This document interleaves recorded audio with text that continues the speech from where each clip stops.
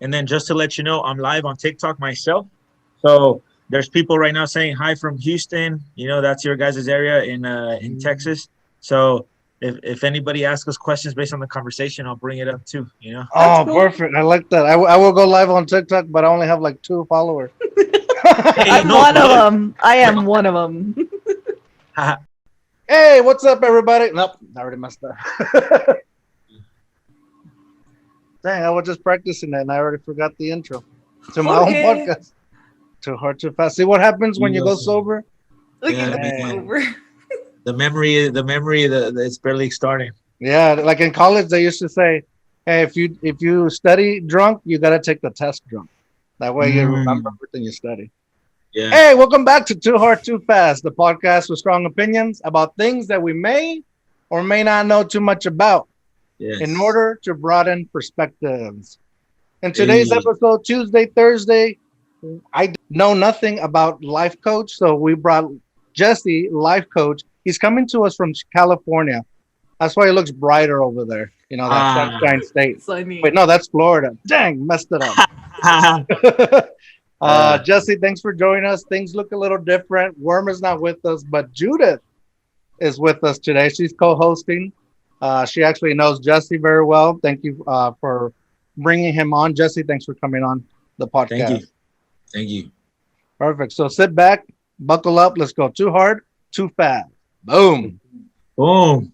Welcome back. Welcome back. Welcome to Too Hard, Too Fast. Too hard, too fast. Too hard, too fast. Too hard, too fast. Welcome to Too Hard, Too Fast. Bueno, pues aquí estamos en vivo de la ciudad de San Antonio, Texas. Aquí estamos con Jorge, el gusano, y la hermana del gusano, Judith, y yo mismo, life coach Jesse. Gracias por estar en este show. Los esperamos. Sábado Mira, gigante. mi gente de San Antonio. Todos los que están escuchando. Tacuachica.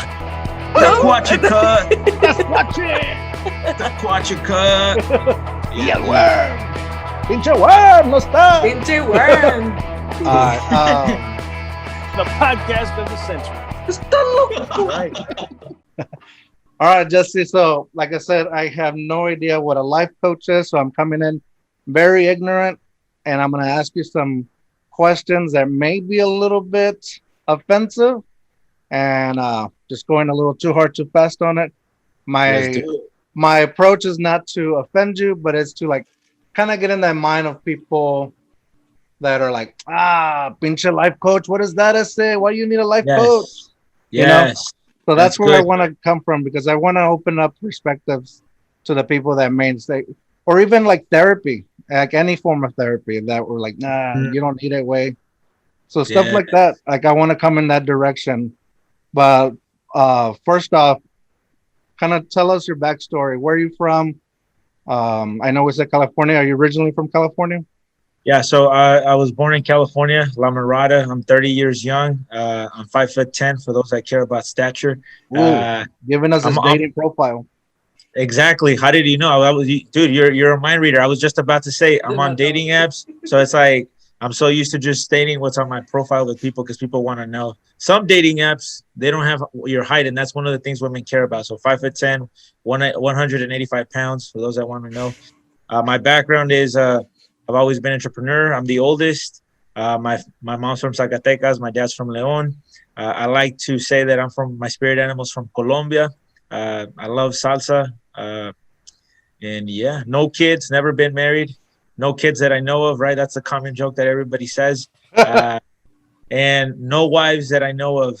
I don't think I was ever that intoxicated where I married a woman. No wives. So you sound like a perfect catch so far, man. Papa. All right. So where are you guys from? Houston? I'm from Piedras Negras, Coahuila. That's where I was born. Jeez, that sounds like some Jumanji stuff. Piedras, Coahuila. Pretty much. It's a border town in the border of Texas. I was born there. I only lived there for like a year, and then moved to Texas, where my dad is originally from Austin. So my mom's from Mexico, and they kind of just stayed in the middle between Austin and Mexico. And so it's a small town, Eagle Pass. We call it the True EP. Okay. So look EP at over Judith's here. face. Judith, where are you from, Judith? I'm from El Paso, Texas. The EP, fake EP. the true EP right here. Hey. So let me ask you this before we go into like life coach and stuff. I've been reading some stuff on like decolonization and kind of stuff like that. What do you consider yourself? Mexican American, Hispanic? Do you feel comfortable talking about that? Are you Latino, Latinx? Yeah, I feel definitely comfortable talking about anything, man. You could ask any question. I'm very transparent, very straight to it. Through my nature, I'm Mexican. But I honestly, I'm a human being. That's what I say. You know, I'm a human being, and it's not anything where it's like I'm woke or anything. I feel like there's a lot of categories that box people, that create division, and therefore we don't relate to one another. And I mean, somebody could have tattoos, and there's all these stereotypes attached to someone who has tattoos. You know, I could be Mexican, and then they see that, oh, you don't like spicy food? Oh, how could you be like? I thought you were Mexican. You were supposed to like spicy food. So I never negate anything. I say I'm Mexican. I say I'm Latino. I'm a Latino man, and I say, but ultimately, I fall down to I'm a Christian man. That's honestly what I say. That's the if I was to say the word label, that's what I say. I'm a Christian man. Nice. But to be honest, now everybody just knows me as life coach Jesse. That's just it. So I guess my name is my brand, and my brand is my identity. It's true, because when George is all, oh, what's his name? Whatever, I was like, oh, his name's Jesse, but he goes by life coach Jesse. That's what I told George, really.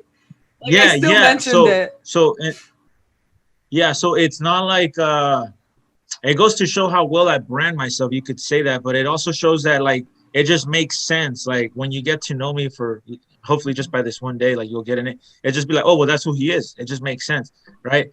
Just like somebody could be Pastor something, Pastor Jorge, right? Pastor Jorge. Yeah, don't You put would be that held juju on me. accountable to. Hey, no, I don't believe in that, bro. But like somebody could hold you accountable to that, you know. For me, life coach does not mean that I'm better than anybody. I'll tell you that, you know. But we'll get into that later when you ask questions. Perfect. Yeah, no, I was just wondering, I didn't realize that you were of Hispanic or Mexican descent.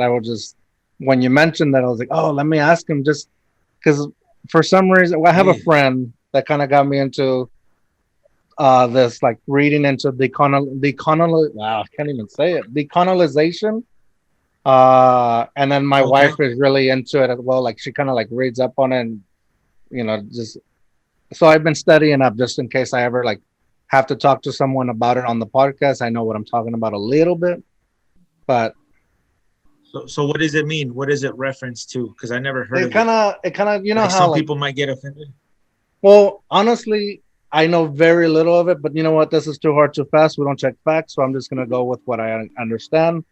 And yeah. We're kind of cool. like, you know, and from Mexico, you know how the Spaniards came in and they colonized. They made a colonization out of the Aztec and Native Americans and Mayans and all that, and then you know after that we became mestizos, and from there we started getting labels. Like even I guess there's something to do with the Catholic religion as well, and then how we're known as Mexican instead of just mestizos, and where that stemmed to like, oh, are you Hispanic? Do you consider yourself Latino, Chicano, things like that. So it's all stemming from that, like all those labels.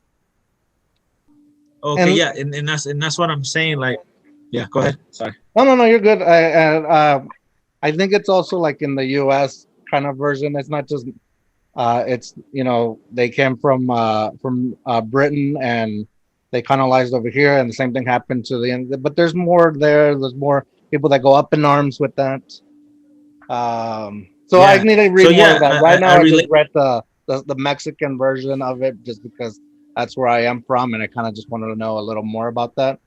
Still not very well versed, but What do you think? No, I think it's important because I'm diverse. You know, like as a coach, I will talk to different people. My Christian beliefs are never like, that's not what I base my coaching on. It just so happens that I could be myself. I'm a free man. right? So I could be myself, and it gives me the liberty to connect with people that relate to me.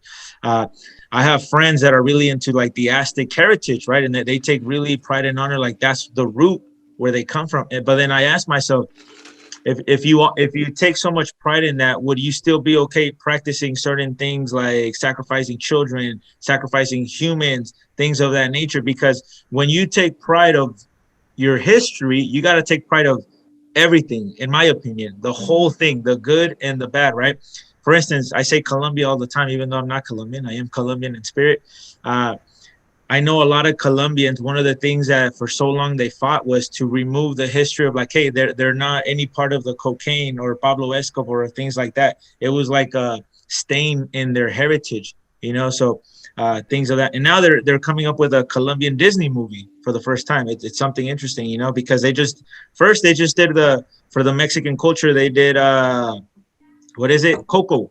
Right? Oh, yeah. And now they're doing that Colombian one. So it's very refreshing to see our cultures being demonstrated, the good part, because Disney is always going to promote the good part. They're never going to promote all the negative. Like, for instance, Lion King. Let's talk about Lion King. Man, that's one of my favorite movies. But how often do you hear like, hey, be like a lion. You got to be hungry, bro. But, hey, do you know that lions, they go into different prides, and then they kill who is ever in charge, and then they eat the babies. So it's like, is that because when you look at Lion King, Scar killed Mufasa, and in one of the scenes he's holding a lion skull. They say that was Mufasa, you know, but Disney doesn't talk about that. So I think it's very like, if we're gonna take honor in our history, let's not negate the bad side. Well, not the bad side, but the whole thing, you know, the ugly. Yeah, and I think I wanted to say, when you were saying take pride in like the bad stuff, like the sacrificing of human life, I think it's not taking pride. It's more like, not like you said, not negating, to also say, yes, hey, there was some bad to that culture belief too. Like, and I think in everything, and you know, you look at American history, U.S. history, you look at Texas history, you look at, you know, Mexico's history, or even like Aztecs and Mayans, as you were saying. Every culture has a negative thing where the culture needs to develop and become better. And like, hey, as a life coach, you know this very well. Everybody as a human needs to develop. You know, you made mistakes throughout your life. You need to get grow. better. You need to grow from knowing this was bad, and now we're doing better.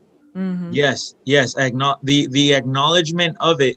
I was talking to a girl, right, that I'm recently single, but I'm already on the dating field, getting to know, right? I moved on quick, and too hard, too fast. Talk about too hard, too fast. Somebody could say, hey, bro, you went too hard, too fast. And it's like, to me, too fast is an opinion. It's a perspective, because it's a projection on themselves on how they would do it. But when you're truly ready, hence if you see me on social media, I say, text I'm ready to this number. It's not just because it's a cute saying. It's because I really want people that say, hey, I'm ready, right? So nevertheless, I went out. I forgot what I was going to say. So I'm back in the dating game, right? I'm back in the dating game, and I'm seeing the differences of things that are out there, you know, what people take pride on, blah, blah, blah, their past. So first day, it was great. I was like, wow, she has everything that my ex didn't. Like, she's into fitness, she's goal-oriented, et cetera, et cetera. And I can say this because I already told her in person, so I don't care that it's recorded, right? However, if I base it on that and I go too hard, too fast, like I did in my last relationship, I'd be like, hey, that's it. I'm going to be in a new relationship. It's unwise. I waited a week. This girl just called me last night about 10 p.m. saying that she wanted to talk. Turns out she's going to AA meetings, right? So mental health. She's getting sober. She's been sober for a few months, and things are triggering her now. So what I'm seeing was, it's like, wow, it's important to maybe not to go too hard, too fast in certain areas, you know? Oh yeah, man, I agree with that. I think right before you got on, Judith and I were talking about me. We're talking about me, and just kind of like making some changes in my life where I realized I was going too hard, too fast, too much. And I think that needs to be added. I think that needs to be added to the phrase, because somebody could say, is it bad to go too hard, too fast? Again, it's subjective. But too much, then yes, then we could already. That's a good one. Good stuff. Yeah, Okay, that's keep when it going, goes sorry. into maybe the negative. We try to keep too hard, too fast. That's positive, fun, a happy thing to come and, forget about the real world a little bit and listen to somebody else's perspective, and open up. But yeah, too much. You can never have too much of this podcast, ladies and gentlemen. If you're listening, too much is okay. Yeah. But when you're having too hard, when you're going too hard, too fast, too much on certain things, let's say alcohol, I don't know, drug of choice, whatever your drug of choice is, or what going out. Yeah. There could be a million food. It could be a whole bunch of things. Too much is it's not too good. So yeah, so we were talking and I was like, I had to change some certain aspects. If you notice, usually we start the podcast with a drink review. And I told Judith, I had to cut down a little bit. So all I'm drinking is water today. I think that's going to be Well, you drinking could for a good while. I have Yeah. coffee. I brought the mini version. For real. Uh, But you know what, George? That's you growing. Like you growing, I feel. well, the problem is me growing. I was growing in this direction. So that's why I needed it to cut down a little bit. And I was like, we'll switch off for a little bit. But anyways, it's just improving ourselves.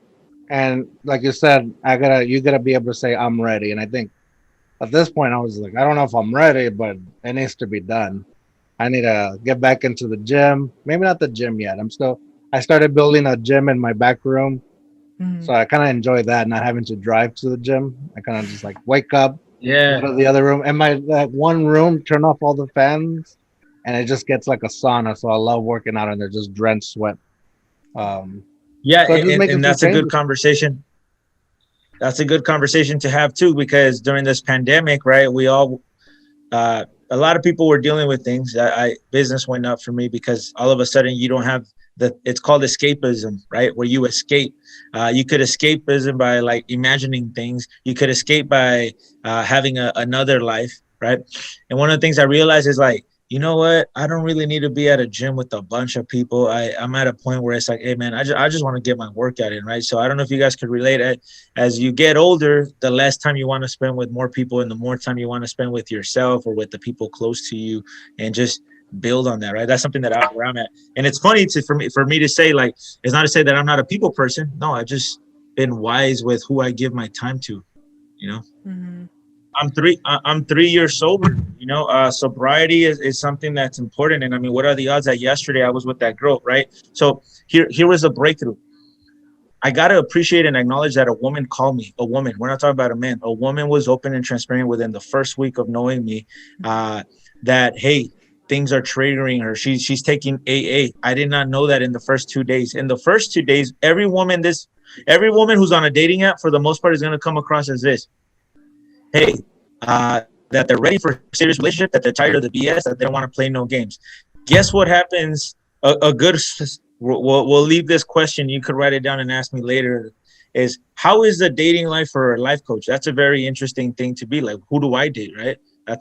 We'll put that on the other video. But it's interesting for me for her to call me and say that she's in AA, that she grew up with an abusive father. Right. So she almost sounds like a client. And let me tell you how I met her. We met on a dating app a year ago, and apparently she only dates one person at a time. Right. And she messaged me on Instagram recently, but I didn't see the message. My assistant who runs my social media messaged her, and she messaged me, hey, I feel like I missed out on a great guy. I hope you still want to meet sometime in the future. And my assistant said, hey, thank you. she didn't get it because she doesn't know people skills. She has no people skills like that. So then recently, now that I'm single, I downloaded Instagram and I went on the app, and the message was like, what, who's this girl? So I messaged her and we hung out, and it was like, wow, like this could potentially be something real good, too hard, too fast, or too good, too quick, too good, too much, too soon. But she opened up, and now I have something. Well, nothing. Here's the thing. One of the things I teach my clients is expect nothing, accept everything. So I don't get my hopes up. I don't expect anything, you know. I just show up. There's power in the show up. So now that she told me this last night, I have something to process. And guess what was the question that I was wanting to ask her? I was like, let me ask you something. I'm not gonna say her name. Do you want to date exclusively? Because if so, I don't want to disrespect you, and I don't want to date. I don't want to do that to you because I can't. Right now, I'm dating for purpose, and I want to keep my options open because you're not the one right now. But I still want to get to know you. But something told me, don't go too hard, too fast. Don't ask that question because I'd be rushing into it. And now look, she calls me yesterday, so now it kind of gives me the reason why to slow down a little bit, right? Mm-hmm. But back to the alcoholism. I was talking to my friend. One of the reasons why I got sober, get closer to God. And I'm glad before all that, I'm glad the question was that, and you didn't ask it. But also, I'm glad that the question wasn't, "Are you ready for a D pick?" Because then that would be too hard, too fast. Wait, are you ready for a who? A D for a D pick? Sorry, I just had a D pick. What is that? What's a the D pick? Never mind. We'll cut it up. A penis. Sorry. A penis. I mean, you. Oh, okay. I got you. Yeah, for me, I'm very. Yeah. Oh. It's just jokes. Yeah, there's just jokes. I've never been.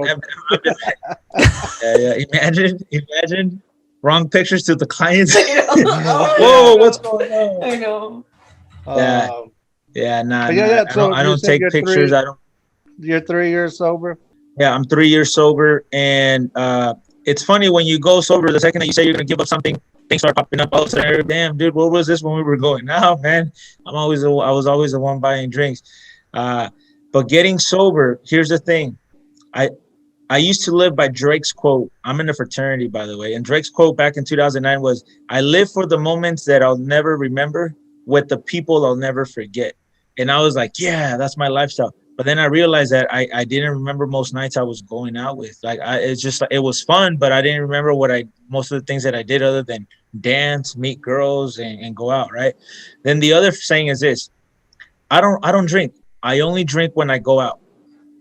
It is minimizing and justifying that you always drink when you go out and with people. So what that communicates, and it's a question that I asked myself, is I realized that I was justifying and minimizing because it's like the question I had to ask myself, does that mean I always drink when I go out with people? And if so, does that mean that that's a codependency issue because I need a substance like alcohol for liquid courage? Because all this marketing, Budweiser, Bud Light, all these rap videos, what they did was they created a perception and a reality that you need something to represent that you're having a good time. You know, the number one thing people do when they go out is 1, pregame. 2, when they get to the place, they go straight to the bar to get a drink to start up. And I realized that I asked myself, does that make me an addict? And the answer was yes, it does. Because when you always need something to do something, then you're addicted to something. That means that there's something deeper. So then I started analyzing myself. Well, where is that rooted in? And then that's where I used all my coaching on myself and stuff like that. So just to give you a little bit of insight on how I coach people and I help people get sober, people with addictions of cocaine, people with addictions of pornography. For men, I talk about addictions to pornography and masturbation. Okay, 2 subjects that if you've seen The Wolf of Wall Street. And then he asked the guy, Matthew McConaughey asked the guy, hey, what are your numbers? He's like, what do you mean? How many times do you jack off a week? He's like, 3. And then he says, oh, those are rookie numbers. Let me tell you that masturbation for men is the reason why they're not having the level of success that they have, because they're wasting their seed. They have no self-control. And then it affects the marriages and the relationships with the woman. I guarantee you that if you give up masturbation and pornography, your focus for work is going to go up. You're going to have motivation to work out because you have all this testosterone. If you don't believe me, Mike Tyson went 5 years without busting. Look it up. They interviewed him for and he said that. And it's like, no, trust me, if I don't go out without ejaculating for 5 years, I'm going to be biting ears and knocking people out too, you know? Yeah, get that knockout king status. Judith, quit the porno, Judith. Quit the porno. All right, I will. I'm just kidding. Jesse knows everything, so I'm like, he knows I'm not.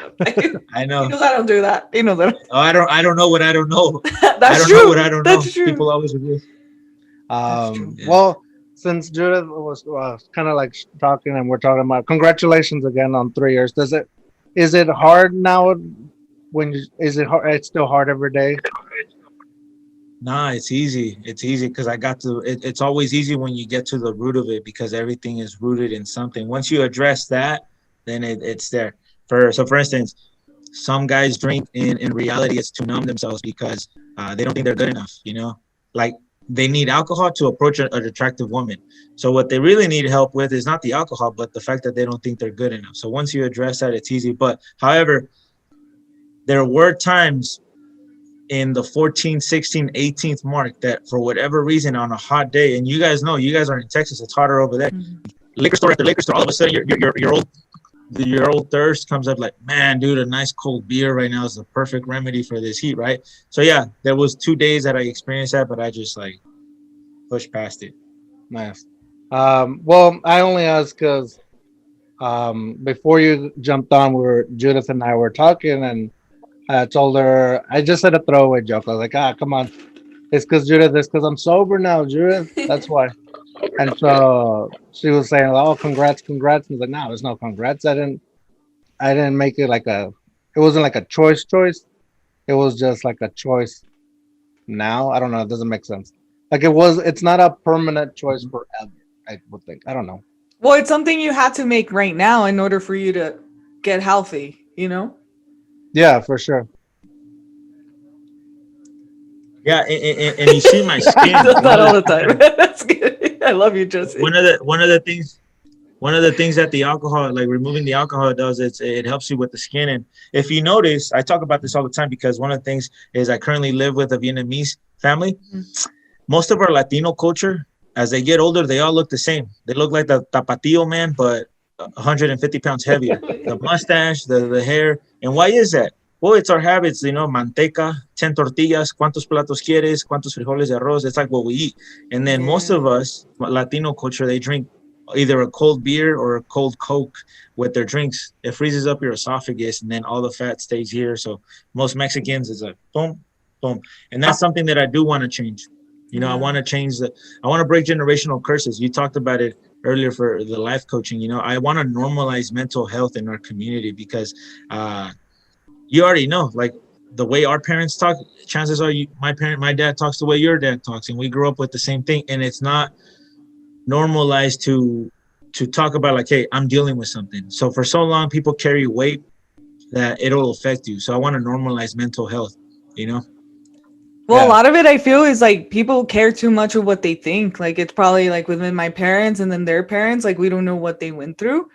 So, and then it comes to us too, like, and now I don't care what people think. It's generational. And what happens is we take people's beliefs on, and then we create that as our reality, Mm-hmm. So for me, my dad would say, no sirves para nada. And I'd be like 3-year-olds, 4-year-old, 5-year-old. Like when he would tell me, go get me a certain piece for the mechanic for the car, or if I would mess up, no sirves para nada. So all my life I heard no sirves para nada, no sirves para nada. Now that's negative self-talk. You don't tell to a child, especially somebody whose love language for me is words. For me, words are power. I only say what I mean. And I'm not like, so I grew up with a low self-esteem. It didn't matter that I was, you could say physically attractive, if women find me physically attractive, or successful, all the friends, no matter what I did, the negative belief que no servía para nada would stay. But see, if you look deep, that probably got passed down onto him, et cetera, Yeah. So yeah, it's powerful. The Latino community, we get to give back, normalize. Yeah. For sure. All right, Judith, I've sort of spilled my guts. Let's talk about you instead. I'm proud of you. I'm very proud of you. I was just like, I was just getting fatter. And I can say that because that's how I felt. Mm-hmm. And I just wanted to make a change. I wanted to be healthier. I wanted to get healthier. And I think it did stem from the fact that, same thing, college, party, a lot of freedom to do so. But I think 2020 really made a change in the fact where it made it to where it made me realize I didn't like going out anymore, but also I did like to hang out and go too hard, too fast. But it was just too convenient and too easy to do it at home. So I was like, nah. I started feeling crummy and started getting very low energy, and I was like, this is not me, and my stomach is crap. So I needed to get healthy. So I just stopped. So I can say right now today I'm 1 month sober.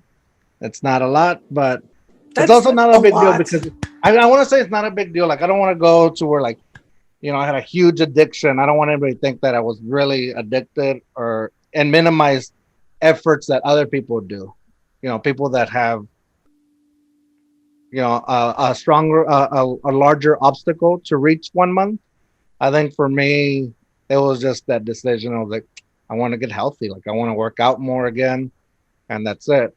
So I don't want to take any power from anybody who did struggle to get to their first month versus me just saying, hey, all right, it's time to make a change and doing it. But I feel like that's a big accomplishment because it takes a lot of energy to get there. Like I still want to work out, and like even with taking life coach lessons with Jesse, like he's on me, like you need to go run, you need to and I still can't even get up there because I'm lazy sometimes, and I still have to overcome that. So I'm proud of you, George. Like it's pretty awesome. No, bro, and I think what I'm hearing is somebody who's not giving themselves enough credit. You're not giving yourself enough credit, and you're not acknowledging the fact that no, dude, a month is a big deal. Let me tell you something. A month is a big deal. It doesn't matter what you used to do or anything. Acknowledge it, and I would say celebrate. And here's the thing too: when I help my clients through breakthroughs or addictions, things of that nature, acknowledge every little win. And also, if you ever relapse, right, or if you ever fall back, do not use the following words. Here's the thing: I don't consider it. This is why I also won't give me much credit or think I deserve it because I'm not doing it. Dating that. No. So I used to be bigger. I used to be like wider, and I got into the health thing. So it's like I started working out, because I realized that I was abusing alcohol. Like, not that I was like going crazy, but it was like, dude, it's not healthy. Yeah, I mean. Yeah, and so for the same reason, but the thing is, I don't want to. In my head right now, I'm not quitting forever. I'm quitting for right now. Or it's like other people who have to quit for whatever reason. Like for me, it's like it's a right now thing. Like maybe later on, I'll get back into it, and here and there, like at a barbecue or that one-time celebration, once a month or something. Not looking for it's Saturday, I have to do it. Now it's Friday. Hey, UFC is on. I'm gonna drink because the UFC is on. So stuff like I don't want it to get back to that, like where like you said earlier, dependence is like, we're doing something, let's get a drink. I want to do it like, it's been whatever. I don't know. Point is like I'm not doing it forever. I'm doing it for right now and see what happens in the future. I don't know if that makes sense. You're 1 month. You're 1 month in. Trust me, things happen. Maybe you're gonna get to a point. Let's just say it goes into a 11-month thing. Okay, check this out. It'll go to 10 months, and then you're gonna be like, well, it'd be nice to say I went sober for a year, and then you'll be like, well, let me go 2 more months, and then you reach that 1 year mark, and obviously here's the thought process I had. Oh, well, let me go celebrate by getting drunk and celebrating that I've been 1 year sober, and I'm thinking to myself, well, wait a minute. It's not that it defeats a purpose. It's what I used to be able to drink before I was sober, and now that I'm so, oh man, one little thing I probably be like all of it, So either way, it's a huge win for you. I think it's great for 1 month for you to say that because you're an example to your other friends. Hey man, if you did it for a month, why don't you try it for a month? Just do it a month, see what happens, Because there's some people that need it without, So for you to say that you did it for a month, other people would be like, well, if he did it for a month, I think I could do 1 month, and you're gonna change a lot of lives that way. A lot of our bros, a lot of our, a lot of men out there, they drink a lot. Yeah. So whoever needs it, like it is. I don't know if it was hard. I think it was more like just acknowledging, hey, I don't have to, or I don't have to go buy it, kind of thing. And then once I didn't go buy it, I didn't have it in the house. I wasn't like the itch went away after a week. Like after like a week, I was like, I don't feel it anymore. Like I don't feel like I need to. Mhm. But I guess for other people it may be harder than a week, but every day, for some people it's every day. For me, it's not every day. Like I don't get the need to do it every day where I don't get that every day is a fight thing for me. I know for some it is, but for right now, it hasn't been. But that's the thing. 1 month. Here we go. Oh, bro, that's a good one, man. Treat yourself out to a good win for that one. A fat steak or something. Well, that's the other problem. I'm also cutting off a lot of bad things. So not just the alcohol, just there. I just need to lose a lot of here. A cheat day, one cheat day. Judith, I think it's about time to get into the life coach thing. So Judith, how did you meet Jesse? And then we're going to talk about Jesse's background into going into life coaching. All right, 2H2Fers, this is the end of part 1 of this episode. The conversation's taking a pause, but Thursday, Jesse's going to continue to go too hard, too fast with us. Judith is going to continue to co-host. Thanks for being here, Judith. We're going to talk more. We're actually going to get into the life coaching stuff. I know we kind of just wanted to get to know Jesse in this first part. For anybody that wants a free consultation, reach out to me. My number is 562-285-5564. Just text I am ready. 562-285-5564. Follow me on all social media, especially TikTok at Life Coach Jesse. But with that said, Judith, what are you going to say? Make sure you watch the next episode. Go too hard, too fast on it. It's really good, guys. It really is. But remember, dare to be you, dare to be weird. We'll see you guys on Thursday. Bye. Bye. Está loco.